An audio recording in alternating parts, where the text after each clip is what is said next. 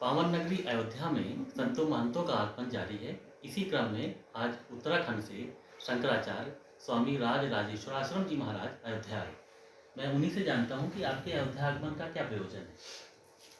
अयोध्या आने वाले इस समय हर व्यक्ति का एक ही प्रयोजन है कि भगवान श्री राम लला के उस दिव्य भव्य मंदिर का दर्शन करे, जिसके लिए हिंदू समाज पिछले 500 वर्षों से संघर्षरत था। जी इसी संदर्भ में मेरा आना। जी 22 तारीख को आप आ रहे हैं।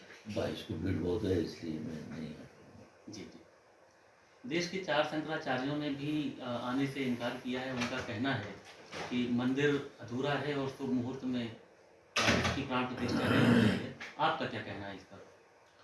देखिए, ये प्रश्न भगवान राम का जब राज्याभिषेक होना था उस समय भी आया था जी। और उस समय जब पूछा गया महर्षि वशिष्ठ से कि राम के राज्याभिषेक का मुहूर्त कब है, राजा को जल्दी थी कि मैं जल्दी जल्दी युवराज पद पर इनको आसीन करके और मैं राम राजा हूँ ऐसी सारे प्रजा की इच्छा है जी। उस प्रजा की इच्छा का पालन करूं जी। तो उस समय ये प्रश्न राम के समय में भी आया था कि राम का राज्याभिषेक है तो उसका मुहूर्त क्या होगा। तो वशिष्ठ जी ने बहुत सुंदर उस समय कहा था।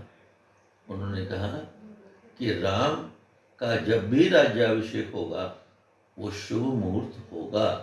इसलिए यहाँ भगवान राम लला की जब प्रतिष्ठा हो रही है, प्रतिष्ठा तो नहीं कहना चाहिए क्योंकि भगवान रामलला तो यहाँ पहले से ही विराजमान है और मुझे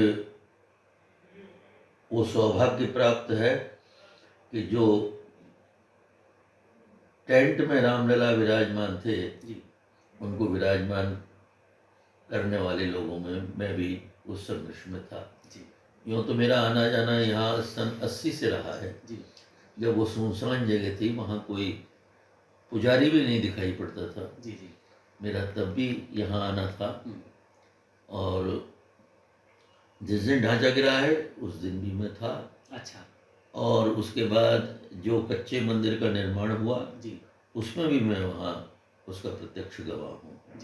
तो इसलिए राम लला की मंदिर का जब भी अनुष्ठान हो तो वो शुभ ही है। आप तब से अयोध्या आ रहे हैं और आज की अयोध्या को आपने बदलते हुए देखा है। कैसा लग रहा है आपको? अयोध्या किस रूप में आ गई है? देखिए, आध्यात्मिक दृष्टि से विचार करें तो जो अयोध्या पहले ही थी वही अयोध्या आज है। अयोध्या की जो पवित्रता, शुचिता और इसकी जो आध्यात्मिकता है वो तो सनातन काल से है। लेकिन जिसे हम भौतिक विकास कहते हैं उस दृष्टि से इस तीर्थ का भौतिक विकास बहुत तेजी से हुआ। सुंदर विमान के लिए यहाँ आवागमन सुलभ हुआ। बड़े बड़े होटल, बड़े बड़े सड़क, द्वारे ये सब बने हैं। तो ये लौकिक जगत के जो व्यक्ति हैं उनकी दृष्टि में प्रगति बहुत है और मैं भी इसको एक भौतिक प्रगति कह सकता हूँ। लेकिन जो आध्यात्मिकता थी जो मैंने 80 के दशक में देखी थी वह आध्यात्मिकता आज भी है और अयोध्या को चर्म चक्षु से देखा ही नहीं जा सकता। जो अयोध्या को चर्म चक्षु से देखने का प्रयत्न करते हैं वो अयोध्या के साथ न्याय नहीं करते।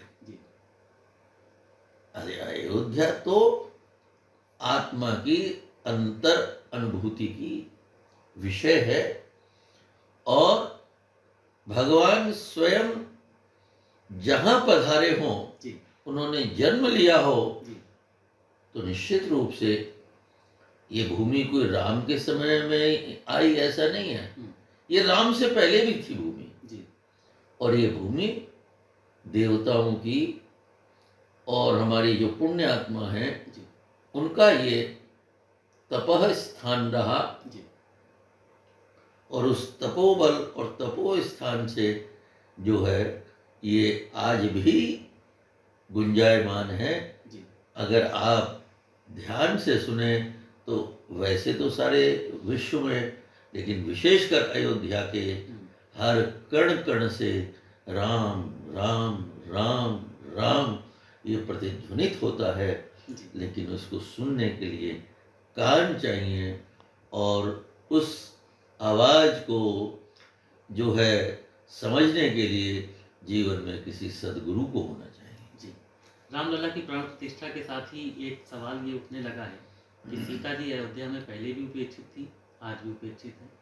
सीता जी के जो पुराने मंदिर हैं वही अभी प्रचलन में है। सीता की एक पैड़ी बननी थी, वो भी अभी नहीं बन पाई है। क्या आपको लगता है कि सीता जी का भी यहाँ पर अब उद्धार होना चाहिए? देखिए, राम और सीता कोई अलग नहीं है। जी ये तो एक अकारण कुछ कहना है, ये कहने वालों की बात है। जी राम और सीता एक है। ऐसा हुआ कि जब हनुमान जी लंका पहुंचे और वहां वो राम नाम का जाप, अमर उजाला अब आपके टीवी पर भी। अपने स्मार्ट टीवी पर YouTube पर सर्च करें अमर उजाला, चैनल सब्सक्राइब करें और देखें ताजा खबरें, वो भी HD क्वालिटी में। और हाँ, बेल आइकन दबाना ना भूलें ताकि हर खबर हो आपके घर। अमर उजाला, निष्पक्ष, निर्भीक, निरंतर।